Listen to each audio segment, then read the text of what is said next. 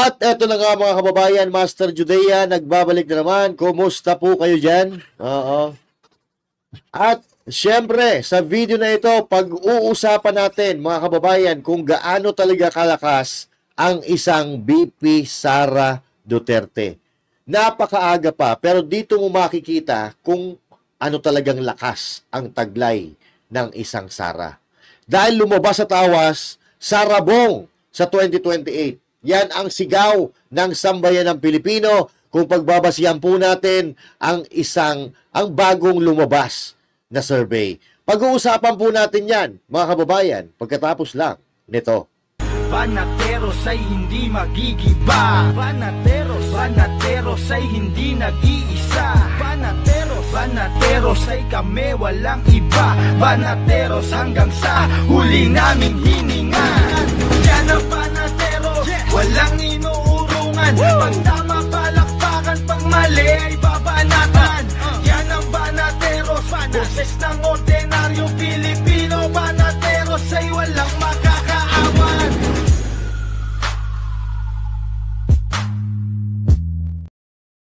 At yun na nga mga kababayan, magandang araw Luzon, Visayas, Mindanao at sa mga kababayan nating OFW, mga immigrants sa iba't ibang panig ng mundo, magandang araw po sa inyo lahat. Huwag kakalimutan mag-like, mag-share at mag-subscribe. At syempre huwag kakalimutan kumain at maligo araw-araw. Ayan. Okay, so eto na nga mga kababayan, may napakaaga pa nito pero napakaagang survey nito. Pero ito nagpapakita na kung gaano kalakas talaga si BP Sara Duterte. Dahil itong isang survey na ito mga kababayan, panoorin po natin. Okay, tingnan natin. Latest presidential survey. Okay, alisin muna natin ito dyan. At ilipat natin ito. Okay? So nakikita niyo po sa screen mga kababayan, ito po ay mainit-init pa, bagong labas lang, kung saan lumalabas po dito na ang choices or ang choice ng sambayan ng Pilipino, Sara Duterte sa pagka-presidente at Bongo for Vice President. At matatandaan natin, mga kababayan, na nitong katatapos na eleksyon ay itong si Senator Bongo ay talaga namang number 1 senator. At hindi naman natin maikakaila, BP Sara Duterte, kahit saan pumuntang lugar ay talagang pinagkakaguluhan ng mga Pilipino. Pati nga yung kakampi ni Leni Robredo, pinagkaguluhan ito eh. Si BP Sara Duterte, ganun kalakas ang karisma ng mga Duterte. Pero hindi lang yan sa karisma, mga kababayan. Yung tao kasi natututo na.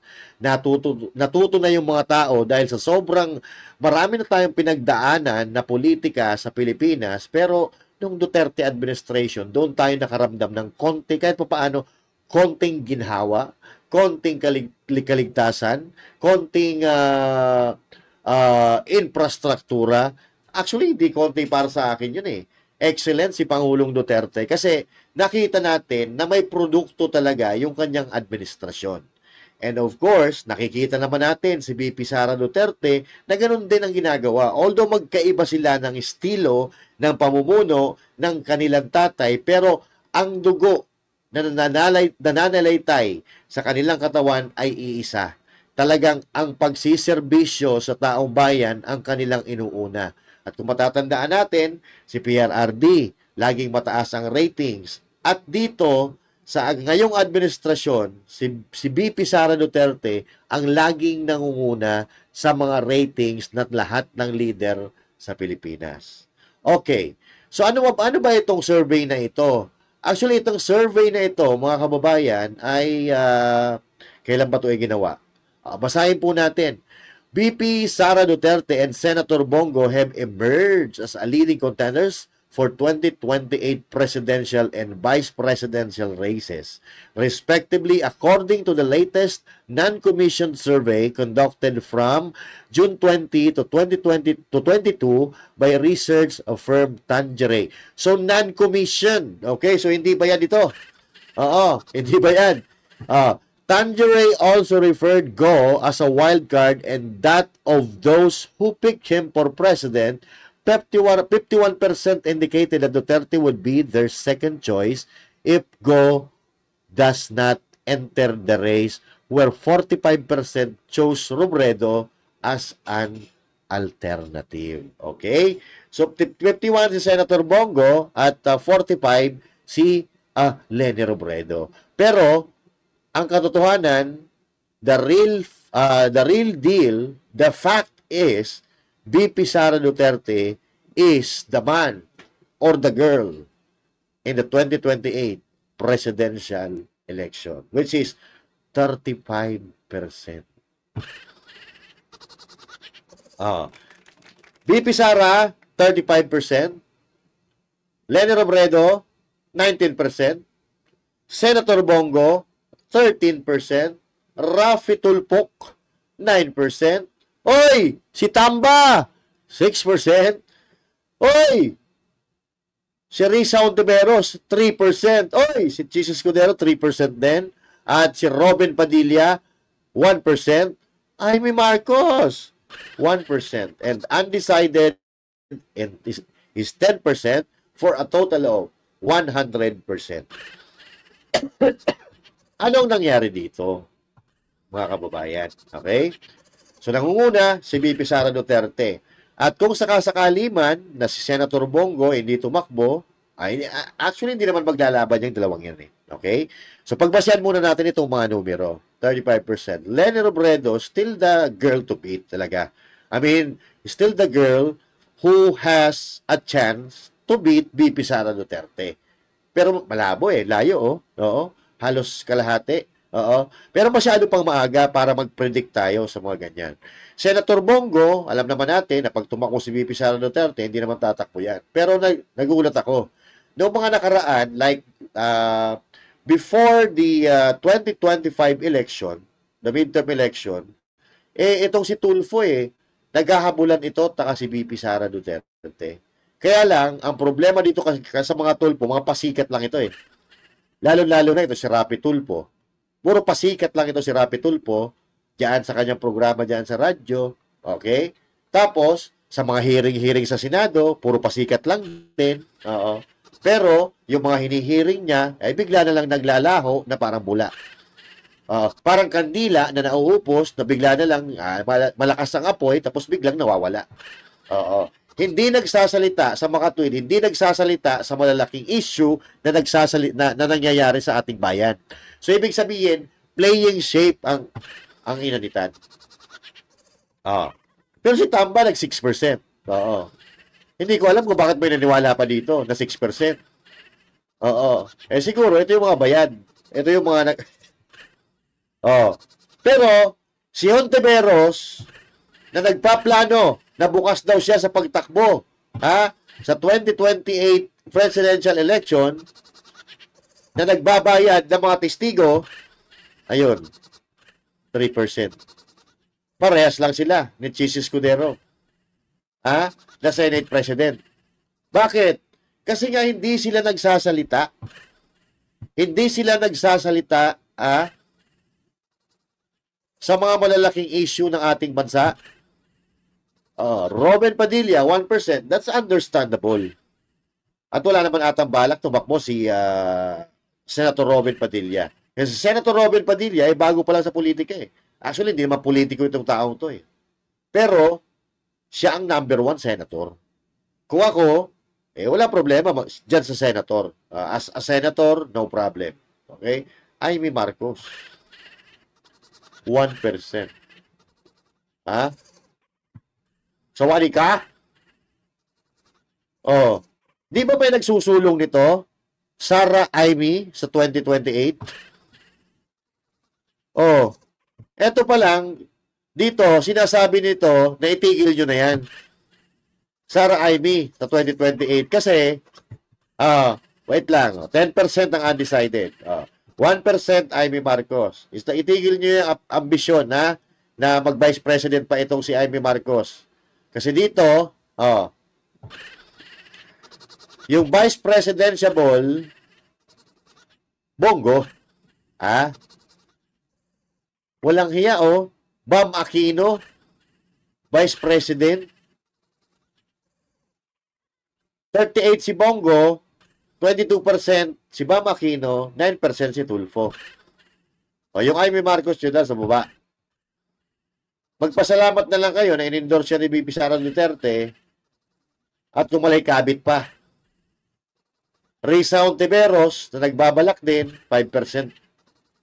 Kung siya ay tatakbo bilang vice presidente. So, sa makatuwid, mga kababayan, ang dalawang nakikita natin dito talaga na magbabakbakan, walang iba, kundi Sara Duterte, Leni Robredo. Kasi sila, yung talagang pulso ng bayan na pang-presidente talaga. Dahil wala yung pangalan nila dito sa mga napupusuan na maging vice president. So, ang timbre nila, pang-presidente talaga. Pang-presidente. Pero si Risa Ontiveros, puta, wala nga dito si Tambaluslos eh. Oo. Kalimutan nyo na, si Tambaluslos.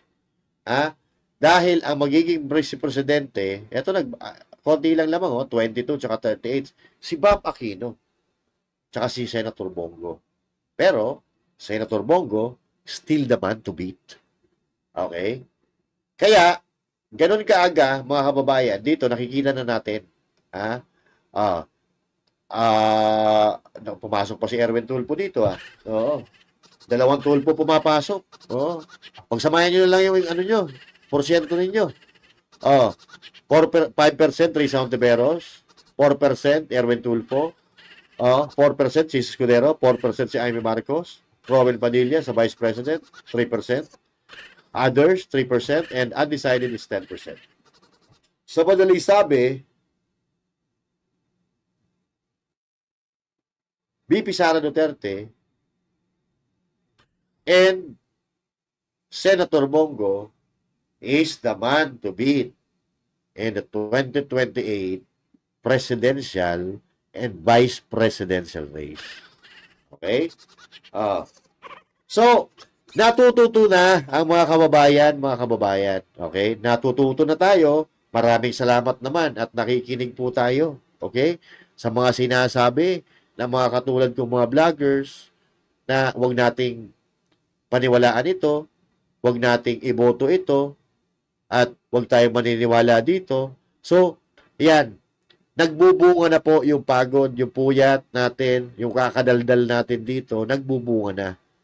At kung pagbabasihan po natin, mga kababayan, yung OFW votes at yung absentee voting, may pag-asa pa Pilipinas. May pag-asa pa Pilipinas dahil yung mga militar, yung mga pulis, yung mga teacher at yung mga reporter, nag-iisip po sila kung sino talagang iboboto. At nung pagkakataon na yon sa absentee voting, mga kababayan, walang ibang nanalo kundi ang Duterte. Okay? So, may pag-asa pa po ang Pilipinas. So, ngayon 2028, pag nakapili po tayo ng matino, maayos, yung tunay na magsiservisyo, may malasakit, may pagmamahal sa bayan, may pagmamahal sa Pilipino, abay, babangon ang bansang ito. Umalagwa na tayo nung Duterte ang presidente. Ang dami na nang nagawa, mga tulay, mga kalsada, mga building infrastruktura, mga daungan, mga airport. 'Di ba? Sa kabila pa 'yon na may pandemya, may crisis pa tayo ng gera doon sa Marawi. Pero yung isang Duterte na probinsyano, ang daming naiambag na napakinabangan ng mga Pilipino. Pero ngayon, wala. Puro pambubudol ang nakikita natin. Sa palipaligid natin, puro pambubudol. Puro pangako na laging napapako. 'Di ba? So now, it's the time. If itong dalawang ito ang maluluklok sa 2028, President and Vice President, nakakasiguro tayo, gamot ay laging bago. 'Di ba? Solusyon sa problema ay sigurado na mapagtatanto. Dahil ngayon, sinasabi nga ni BP Sara Duterte na ako alam ko ang solusyon sa problema, pero hindi ko sasabihin kay BBM. Bakit? Kung hindi nila kinalaban si BP Sara Duterte, baka sabihin pa. Baka tulungan pa ni BP Sara Duterte. Walang hiya eh. Umpisa pa lang ng panunungkulan nila, binabanata na si BP Sara. Umpisa pa lang, tinatraidor na. na kung hindi naman dahil kay BP Sara, wala yung mga show chang shui na hindi mananalo yung mga yan. Di ba? Kaya ito po ay survey ng Tangeray na ginanap ito 20 hanggang 22 ng June. Although konti lang naman, konti lang naman yung participants dito, pero makikita mo dito na Sara Duterte and Senator Bongo is the man to beat the 2028 election. So I can't wait to see that, mga kababayan. I can't wait to see that happen. Okay? Abangan po natin kung ano yung mga magiging development. Napakaaga pa, 3 taon pa. Hindi pa nga nakakaupo yung mga nanalo ng 2025 midterm election. So hintayin po natin. Pero ang tanong, abot mo ba ng 2025? Abay, nakakasawa na. Kung ganito, parang i-override na natin. Okay? Oo. Yung election, huwag na nating patagalin sa 2028. Baka bukas, sa 1 linggo, sa 1 buwan, o sa isang taon, pwede na tayo mag-eleksyon para sa presidente. Palitan na natin. Palitan na natin ang presidente na mahina. Diba? Piruin mo, ang daming droga, walang may-ari. Ang dami nasasabat na droga, walang nahuhuling tao. Walang nahuhuling drug lord. Ano to, para sa SONA? Para may masabi? Dahil walang nagagawa? Flood control project, nasaan? Laging baha. Walang niya. Okay, mga kababayan, abangan po natin ang mga susunod na kabanata ng eleksyon 2028. Pero maaga pa, dito muna tayo. Abangan muna natin kung ano ang mga gagawin ng mga bagong halal at yung mga dating mga nakaupo na mga dapat naglilingkod sa ating bayan. At pagka may nakita tayo mali, pabanatan. Pero pag tama naman, ating papalakpakan. My name is Master Judeus and thank you. God bless you all. And to God be the glory. Magandang araw po sa inyo lahat. Goodbye.